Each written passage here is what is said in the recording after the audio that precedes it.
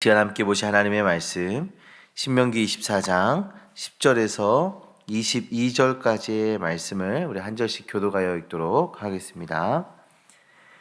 내 이웃에게 무엇을 구워줄 때에 너는 그의 집에 들어가서 전당물을 취하지 말고 너는 밖에 서 있고 내게 구워줄 전당물을 밖으로 가지고 나와서 내게 줄 것이다.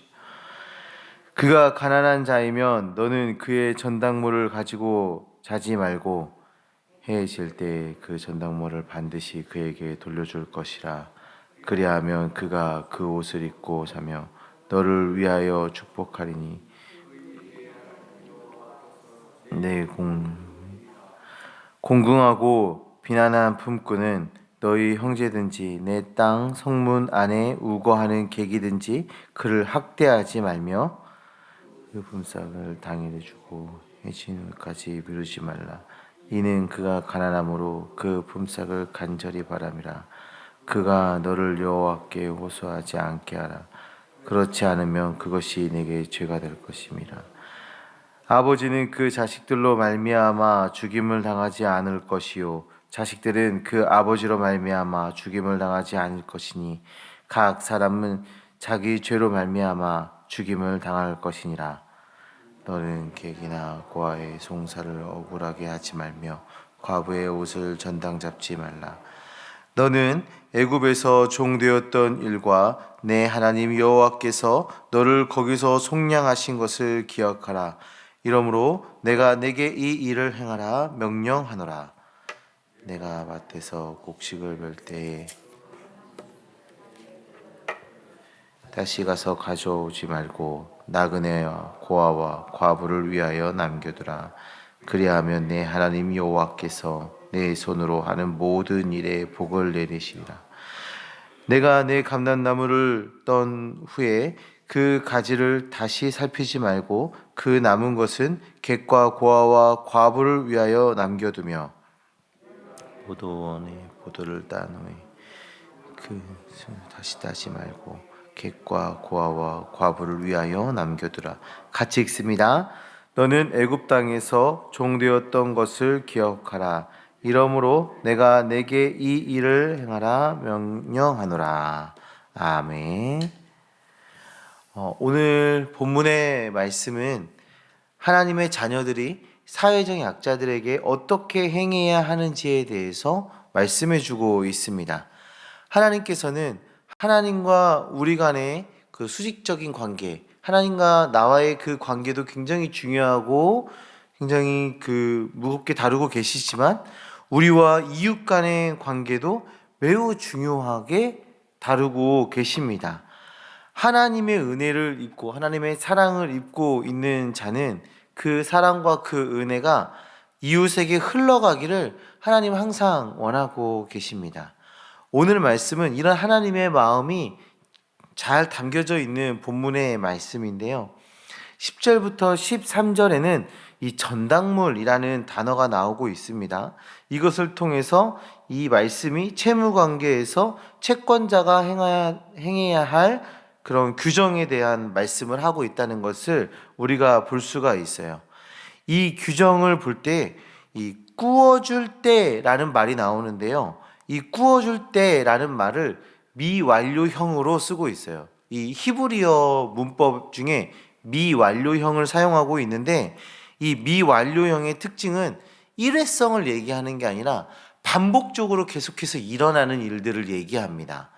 그러니까 오늘 주어지는 이 규정은 일회성의 규정이 아니라 내가 누군가에게 무언가를 구워줬을 때 항상 내가 취해야 할 그런 어떤 행동, 그런 태도를 말해주고 있는 것이죠. 이 규정의 내용은 이렇습니다. 10절에 너는 그의 집에 들어가서 전당물을 취하지 말고, 채무자의 집에 들어가서 전당물을 취해 나와서는 안 된다라는 거예요. 제가 그 채무자의 집에 들어가서 그 집에서 너가 빚을 못 갚았으니 내가 이거 가져가겠다 하고 챙겨서 나오는 일을 해서는 안 되는 거예요.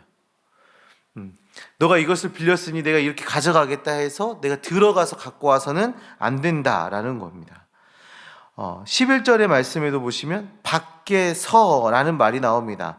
그러니까 이 채권자가 채무관계에서 취할 수 있는 조치에 대해서 굉장히 제한을 두고 있는 거예요. 집 안에 들어갈 수 없어요. 그 밖에서 그 관계를 맺어야 하는 겁니다. 집 안에서는 이 사람이 보호받을 수 있도록 그 공간은 침범하지 말아야 한다라는 것을 말해주고 있는 것이죠. 집 안에서는 보호받을 수 있도록 최소한의 공간을 마련해 줘야 한다라는 것입니다. 또한 당시에 채무관계를 맺었다라는 것은요, 은행에서 대출을 받거나 이런 게 아니라 알고 있는 사람들에게서 이렇게 돈을 빌려 쓰고 했을 겁니다. 그렇기 때문에 서로를 가장 잘 알고 있는 사람들, 서로 잘 알고 있는 사람들끼리 이 채무관계가 생겼는데 서로의 경제 상황을 잘 알고 있는 사이일 확률이 굉장히 높습니다. 12절 이하의 말씀을 보시면 채무자가 가난하여 전당물로 외투, 그러니까 옷을 주었으면 해가 지기 전에 반드시 주어야 한다라고 말해요. 이 옷을 내어줬다라는 것은 해가 저물고 추위가 다가왔을 때 그 추위를 막을 수 있는 것이 사라졌다라는 것을 말하는 것이죠. 성경은 이렇게 채무자의 최소한의 권리를 보호해줄 것에 대해서, 그들의 그 환경을 지켜줄 것에 대해서 계속 말해주고 있어요. 집 안에 들어가서는 안 되고 추위를 막을 외투를 내어줬다라면 해가 지기 전에 그 외투는 다시 돌려줘야 한다 말하고 있는 것이죠. 그리고 이렇게 말합니다. 내 하나님 여호와 앞에 내 공의로움이 되리라.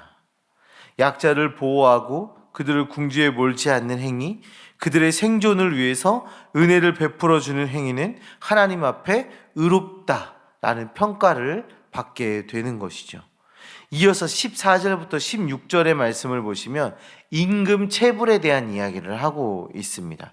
임금 체불 금지에 대한 이야기를 하고 있는데 품꾼을 학대하는 것에 대해서 야고보서에서는 이렇게 말하고 있어요. 야고보서 5장 4절 말씀인데요.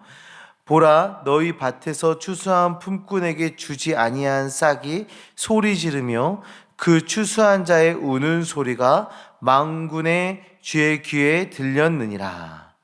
고용주가 품꾼의 품삯을 지불하지 않은 것에 대해서 오늘 본문도 야고보서도 품꾼을 학대하고 있는 이미지로 그려내고 있습니다.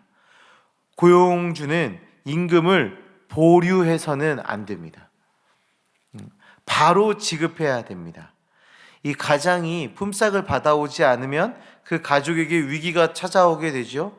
그러면 이 품꾼이 할 수 있는 것은 무엇입니까? 하나님 앞에 나가서 이 상황을 호소하는 것입니다. 하나님께 호소하게 되면 이 고용주에게는 그것이 죄가 될 것이다 하고 성경이 말하고 있는 것이죠. 이 두 가지의 이야기에서 우리가 주의 깊게 봐야 될 것은 13절과 15절인데요. 13절에 가난한 자의 축복은 여호와 앞에 의로움이 됩니다.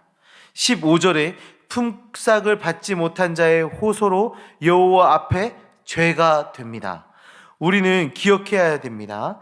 하나님께서는 이 가난한 자의 축복과 호소를 귀 기울이시는 분이십니다. 고용인 이 채권자의 행위는 의로운 삶과 죄악된 삶에 영향을 미치고 있다라는 것을 우리가 기억해야 하는 것입니다. 사랑하는 성도님들, 하나님 앞에 의로운 주님의 자녀들 되시기를 소망합니다. 가난한 자를 보호하고 관용을 베푸는 자가 되시길 소망합니다. 내가 고용주라면, 내가 사장이라면 임금을 잘 지불하고 우리 사업장을 통해서 많은 이들이 복을 누리며 살아가기를 소망하고 기도하시길 바랍니다. 17절 이하에는 또 다른 약자 보호에 대한 말씀이 이어지고 있어요. 객과 고아의 송사를 억울하게 하지 말 것을 명령하고 있습니다. 그리고 이 명령은 출애굽 사건과 연결되어 있죠. 하나님께서 애굽 땅에서 이스라엘 백성들을 구원하신 그 사건과 이 객과 고아의 송사를 하는 것이 연결되어져 있는 것이죠. 하나님께서 이스라엘을 애굽의 압제에서 구원하셨듯 이스라엘의 압제에 눌려 있는 약자를 구원하실 것이고, 이스라엘을 구원하시기 위해서 애굽을 심판하셨듯이 약자의 그 압제는 이스라엘을 심판하게 될 것이다 라고 말씀하고 계신 것입니다. 하나님은 힘이 있고 부유하고 권력이 있는 자들만 잘 먹고 잘 살고 그들만 그 은혜를 누리며 살아가는 것을 원치 않으셨어요. 하나님의 백성 모두가 하나님의 은혜를 누려야 합니다. 그로 인해서 사회에서 약자의 위치에 놓여 있는 자들을 함께 돌보고 보살피고 그들을 도와야 한다라고 성경이 말해주고 있습니다. 하나님이 그렇게 명령하고 계십니다. 이 일을 위한 구체적인 방법을 설명해주고 계시는데요.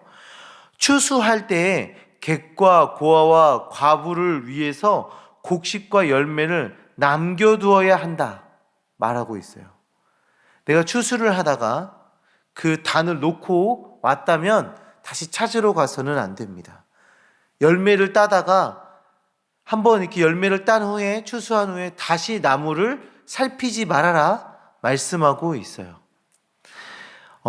오늘 본문에 이 남겨두라는 그 명령은요, 단순히 추수할 때 남겨두는 정도가 아니라 그거는 객과 고아와 과부의 소유가 되었다라는 의미를 담고 있는 강한 명령이에요. 그러니까 추수하다가 어쩌다가 이렇게 한두 개 남겨놓는 그걸 이야기하는 게 아니라 내 마음과 뜻과 의지를 다해서 그들을 위해 일부러 나의 소유를 떼어 남겨둬야 한다라고 말하고 있는 거예요. 성도님들, 약자를 돌보는 일은 우리의 소유가 남아서 하는 것이 아닙니다. 우리가 어쩌다가 깜빡해서 실수로 남겨두는 것도 아닙니다. 내 소유를 의지적으로 떼어 섬기는 겁니다. 내가 써야 될 그 물질의 일부를 하나님의 그 은혜에 감사하는 마음으로 떼어 섬기는 것이죠. 우리가 하나님의 은혜를 받았다는 사실을 기억하며 그 은혜를 흘려보내고자 하는 마음으로 보내는 것입니다. 사랑하는 성도님들, 은혜의 통로로 귀히 쓰임 받길 소망합니다. 우리에게 은혜를 베풀어 주신 그 하나님을 기억하며 약자를 돌보라는 하나님의 그 명령에 기쁨으로 순종하는 사랑의 도구들 되시기를 소망합니다.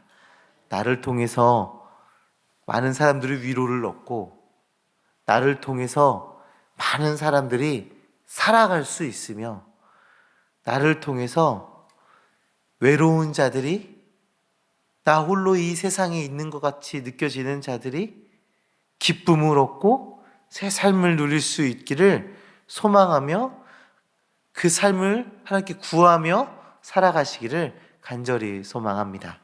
기도하겠습니다.